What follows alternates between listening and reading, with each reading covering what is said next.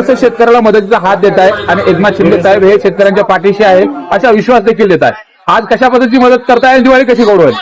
हे आपल्या महाराष्ट्र राज्याचे लोकप्रिय मुख्यमंत्री एकनाथजी शिंदे साहेब, महाराष्ट्र राज्याचे परिवहन मंत्री प्रताप नाईक साहेब यांच्या वतीने व आमचे युवा सेनेचे मार्गदर्शक श्रीकांत दादा शिंदे खासदार साहेब व आमचे युवा सेनेचे कार्याध्यक्ष कुरेश्वर नाईक साहेब यांच्या वतीने इमामपूर गावी ज्यावेळेस मी एकनाथ शिंदे साहेब आणि प्रताप नाईक साहेब यांच्याशी बोललो, माझ्या गावामध्ये साहेब पूरस्थिती झालेली आहे, माझं गाव उत्तर कामगारांचं गाव आहे, तर माझ्या गावाला पण मदतीची आवश्यकता आहे।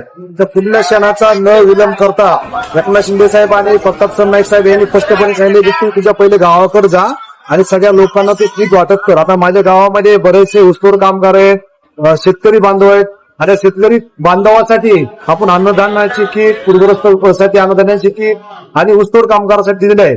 त्याच्यासोबतच लाडक्या बहिणीसाठी आपल्या एकनाथ शिंदे साहेब व सरनाईक साहेब यांनी साडे पण लाडक्या बहिणीला पाठवले आहे।